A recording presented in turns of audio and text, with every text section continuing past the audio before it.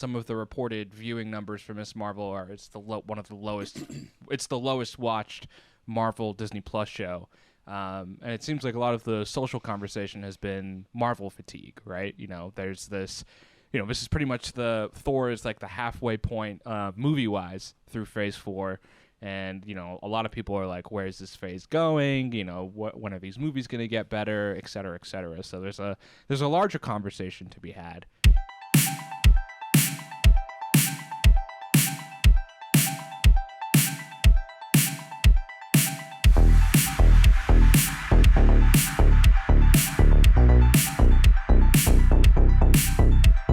Here's a hot take that nobody asked for.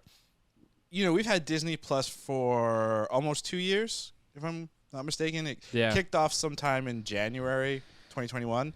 And, No, before that. Before that, yeah, you're right. Before that. Mandalorian was 2020. Yep. So, we've had the thing for over 2 years, or close to 2 years. I would say that besides The Mandalorian and a couple of sprinkles of other things like Miss Marvel, overall the Disney Plus platform has not been that good. Like, it's pumped out a lot of content, but most of that content is just filler crap. Especially when you come to the MCU, there was someone did the math where Phase 1, 2, and 3 is something like IGN. Yeah, like something like 30 hours. It took 10 years to get 30 hours of content. It took 10 years to get to that point. In Phase 4, you've got all these movies, all these TV shows, and there's something like 55 hours of content in the course of a year and a half, 2 years, whatever. And I would argue majority of that content and that viewing experience is garbage and filler. Subpar. Very subpar. It's hard to have quality and quantity. I think the other big criticism is people are like, what is the guiding star? What are we building up towards, right? And you kind of had you had that guidance for the first three phases, right? The first Iron Man ends with, I've come to recruit you to the Avengers Initiative. I'm here to talk to you about the Avenger Initiative. So you kind of knew that these characters were building into the Avengers. And you got the Avengers movie, and you had Thanos, and people, for those who weren't aware, people explain like this guy is the big bad and is gonna do like, gather these Infinity Stones and, basically destroy the universe. You haven't necessarily had that yet for these movies, and it's interesting. People are just kind of impatient. They're like, where's this all leading to? But again, to your point though, we've had so much content, and it is like we were just watching this content for the sake of watching this content. When this Marvel Cinematic Universe was created to create this connected thing. Like, another, I think, interesting point that was made about Miss Marvel, and it goes back to my whole thing with everything from the Eternals. In Eternals, it ends with two big Earth-wide shattering fucking events. A gigantic creature is frozen somewhere on the planet and just sticking out, and a big fucking thing appeared in the sky, and there's no mention of it anywhere. And it's like, what the fuck? When this pod drops, it will be a couple of days before Comic-Con, San Diego Comic-Con. We know that Marvel and Kevin Feige are having some big panel in Hall H at San Diego. The big theories running around are, the big reveal of the point of Phase 4 is going to be revealed. A lot of people are pointing at, Secret Wars. The Russo brothers were recently on a red carpet for their new Netflix movie, The Gray Man.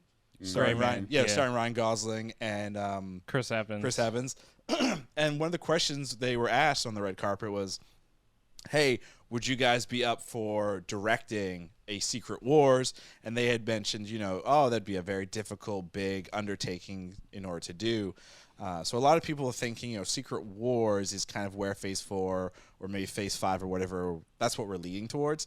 And it's interesting because we are truly leading into the idea of Secret Wars, which, just a quick one-sentence recap of it, the big thing with Secret Wars is that there are characters that were replaced by the alien race, and somebody help me here. Is it the Skrull or the Kree? I always get them confused. Skrulls. But basically, it's also about the Skrull versus the Krees, two gigantic alien civilizations at war in the galaxy. A lot of superheroes are replaced by their alien-like counterparts. And why that is interesting is because it is very possible that all of these shows, all of this content, all of it relates to it, and there have been weird Easter eggs left in those shows. And it's possible that you go back and you watch something as bad as Falcon the Winter Soldier, and it turns out that was never Bucky, or that was never what's the Falcon? agent. Another Agent memorable Carter. character. Yeah, from whatever that other show. character that I can't remember. Kingpin. It definitely wasn't Kingpin in the Hawaiian shirt. Yeah, exactly. Oh man, that's our favorite theory. Like there's a lot of I like mean, that's the easy one. and again, like to Yeah. the point of like why I think Avengers, the first one, doesn't age as well. It's like Age of Ultron. It's the whole world building. When the first Avengers came out, there was a loose plan. By Age of Ultron, there was a better plan. Maybe there is a plan in play. Who knows? What if there isn't one? What if Phase 1 and all that 10 years was like, we want to get you hooked with this point, and now, like comic books, we just spread all over and make something for everyone, and there is no specific point anymore.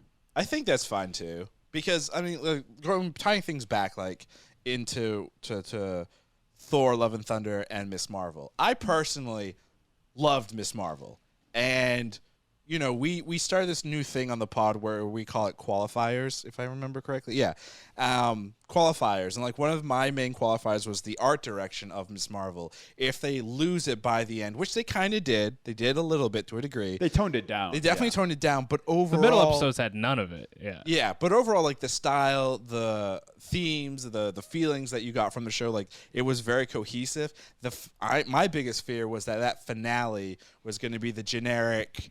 You know, I mean, there was the big battle, sure, but it didn't feel like a Falcon Winter Soldier or a WandaVision finale where it was very big, epic battle, big explosions, and blah, blah, blah.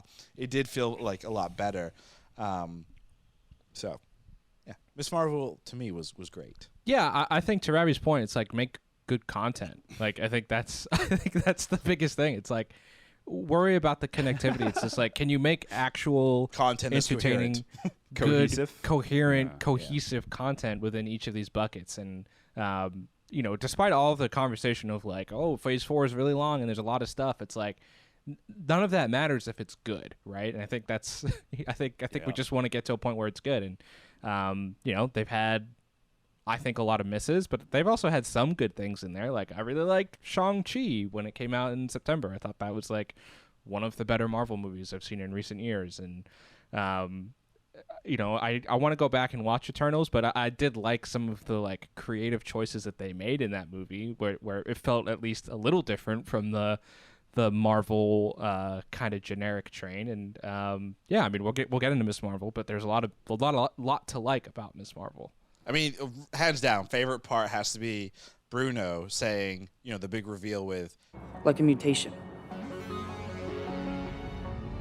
oh, it's not just the bangle, not just the weird stuff, and you're also a mutant. And then we hear the 90s X-Men theme in the background.